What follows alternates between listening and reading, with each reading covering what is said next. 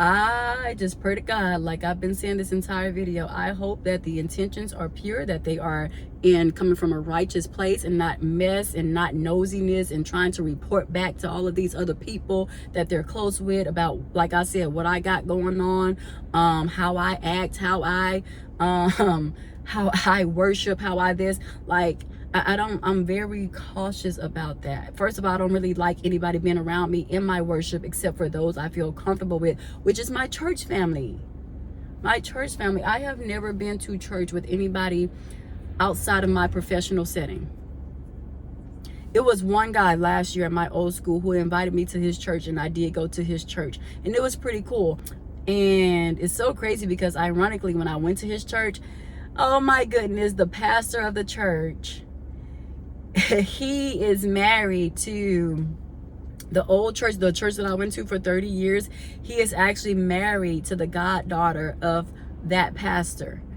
And she used to attend our church too. Very, very sweet, very well educated young woman. Her name is Fallon.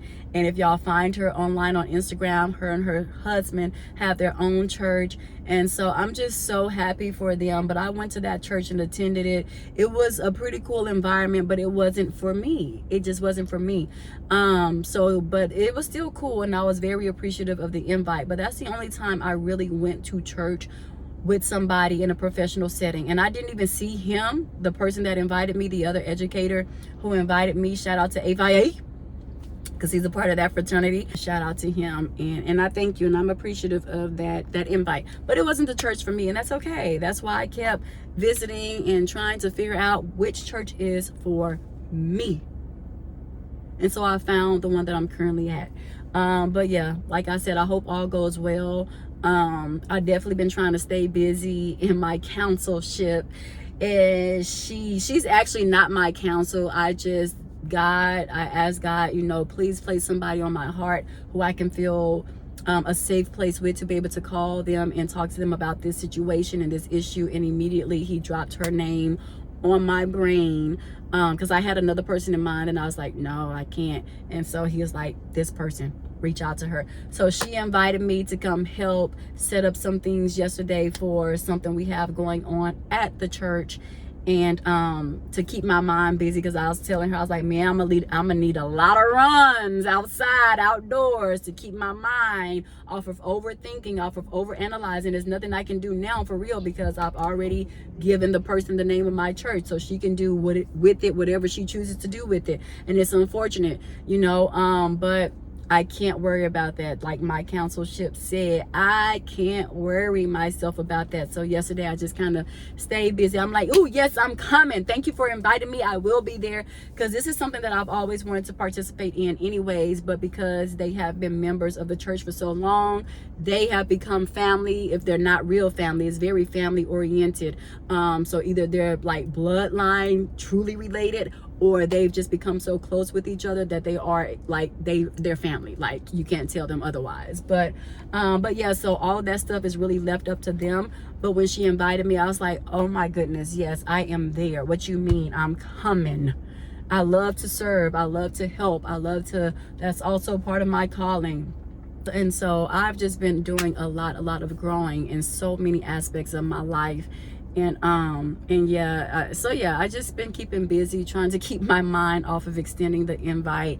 And I didn't have any choice but to extend it, because my counselship, she was just on me, and she was calling me, she was texting me, did you do it yet, and stuff like that. And even her, I hope that was coming from the right place, but she definitely dropped quite a few good gems. And she was just like, you don't want blood on your hands when it comes to possibly saving a soul, because you think you're about to walk in those gates of heaven, and then the Lord stop you, and He's gonna say, remember when you had the opportunity to help this person regardless of their intentions? You still had the opportunity to help this person, and you didn't. So that was sitting with me, for one. And also number two, like she told me straight up, no chaser. She was just like, what did she say? She was like, That's a soul. That's a soul that needs saving, you know. And it's probably a reason behind why she didn't ask her best friends to come to their church. Maybe she already visited their church and it nothing resonated with her. And maybe it's because she sees the light in you, the same light that I just finished telling y'all that I want people to remember me by. You know, she was like, maybe she sees that light. She said, one thing I can tell you for sure is that I have seen a tremendous change in you from the time that you joined the church all the way up until now. She said, there is something very different about you. And she was like, and so maybe this person sees that same thing in you that she doesn't see in the others. And that's why she specifically asked you about your church and not them about their church. So that was the second gem that she dropped on me. And I'm like, I already know you, right? This is stuff that God has already been telling me.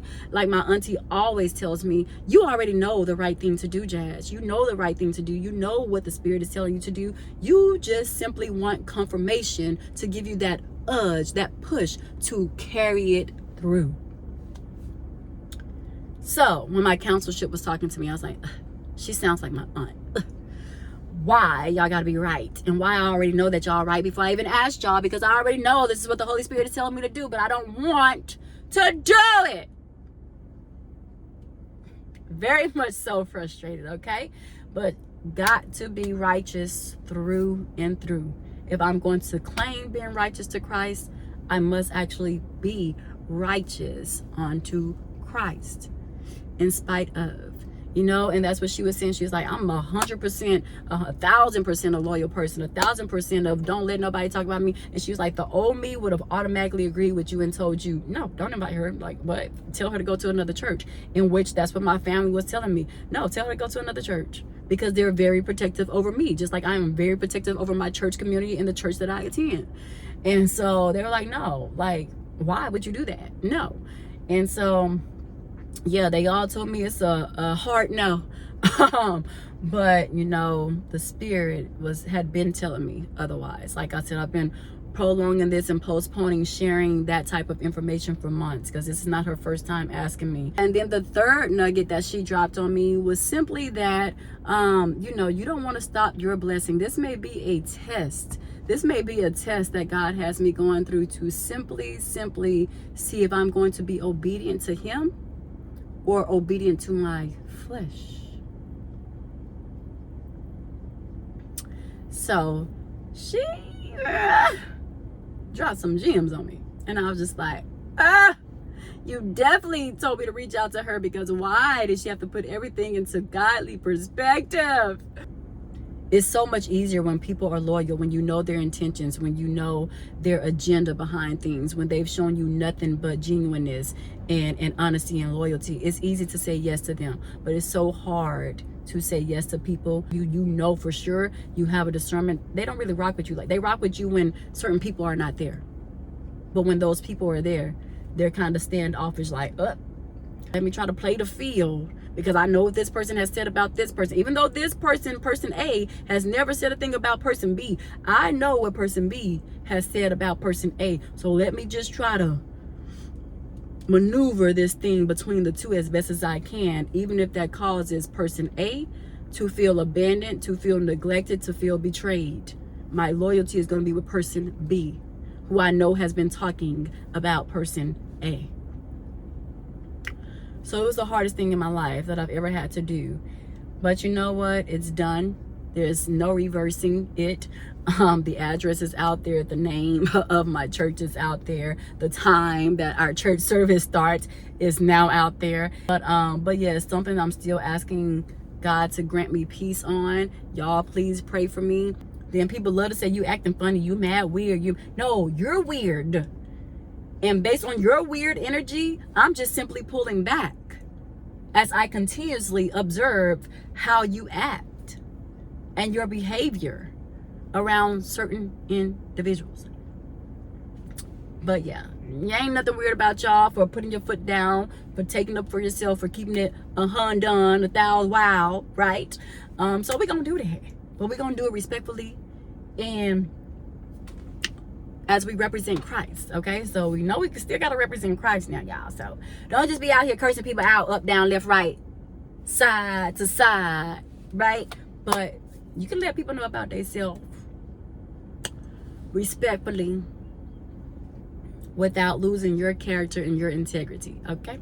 All right. But I mean, it's okay. Everybody's not for you and you're not for everybody. Your light is not for everybody, and that's okay. That's half the problem with these people. They don't like your light shining, especially when they feel like they should be the center of attention at all times.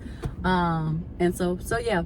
But all right, y'all. Oh, these videos be long. I don't even be trying to have them be that long, but they do. They just be running over time because I be having so much to say. But all right, y'all. Love y'all much. Till next time. Talk to y'all later.